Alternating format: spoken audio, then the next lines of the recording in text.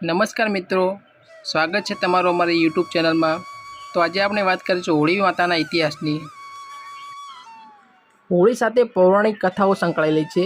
વૈષ્ણવ માન્યતા અનુસાર હિરણ્યકશ્યપ એ દાનવોનો રાજા હતો અને તેમને બ્રહ્માજીનું વરદાન હતું કે દિવસે કે રાત્રે, ઘરની અંદર કે બહાર, ભૂમિ પર કે આકાશમાં, માનવ દ્વારા કે પાણી દ્વારા, અસ્ત્ર કે શસ્ત્ર, કોઈ પણ દ્વારા તેનું મૃત્યુ થશે નહીં।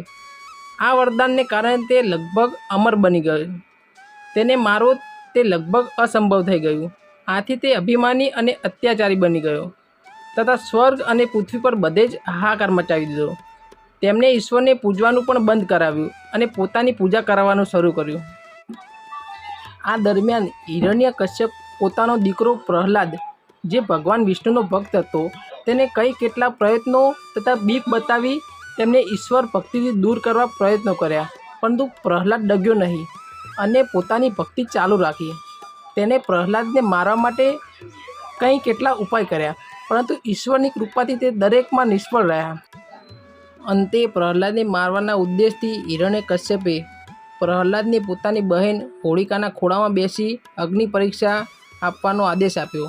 હોળિકા કે જેમની પાસે એવી ઓઢણી હતી જેને તેને ધારણ કરવાથી અગ્નિ પણ બાળી ન શકે, પ્રહલાદે પિતાની આજ્ઞાનું પાલન કર્યું અને વિષ્ણુને પોતાનો જીવ બચાવવા માટે પ્રાર્થના કરી। અંતે જ્યારે અગ્નિ પ્રગટાવવામાં આવી ત્યારે પહેલી ઓઢણી હોલિકાના માથા પરથી ઉડી અને પ્રહલાદને વીંટાઈ ગઈ। આથી હોળિકા અગ્નિમાં બળીને ભસ્મ થઈ ગઈ અને પ્રહલાદ સાજો બહાર આવ્યો। આમ હોળિકાનું દહન થયું। તે ઘટના હોળી ઉત્સવનું કારણ બની। આ તહેવારનો પ્રથમ દિવસ હોળી અને બીજો દિવસ ધૂળેટી તરીકે ઓળખાય છે। હોળી ફાગણ માસની પૂનમના દિવસે મનાવવામાં આવે છે। આ દિવસે સાંજે ગામના પાદરે કે મુખ્ય ચોક જેવા સ્થાન પર છાણા લાકડાની હોળી ખડકવામાં આવે છે। ત્યારબાદ બધા લોકો ત્યાં વાતે ગાતે એકઠા થાય છે અને હોળી પ્રગટાવવામાં આવે છે। લોકો તેની પ્રદક્ષિણા કરે છે તેમજ શ્રીફળ વગેરે પવિત્ર મનાતી વસ્તુઓથી તેમનું પૂજન કરે છે। જોકે ભારતમાં વિવિધ પ્રાંતો અને સમુદાયોમાં હોળીની ઉજવણીની અલગ અલગ રીતો હોય છે, પરંતુ દરેકની ભાવના એક જ હોય છે કે હોળી પ્રગટાવી અને આસુરી તત્વોનો નાશ કરવો અને દૈવી શક્તિઓનું સન્માન કરવું। હિન્દુ ધર્મમાં આને લગતી હોળિકા અને પ્રહલાદની કથા બહુ જાણીતી છે। હોળીના બીજા દિવસે ધૂળેટી મનાય છે।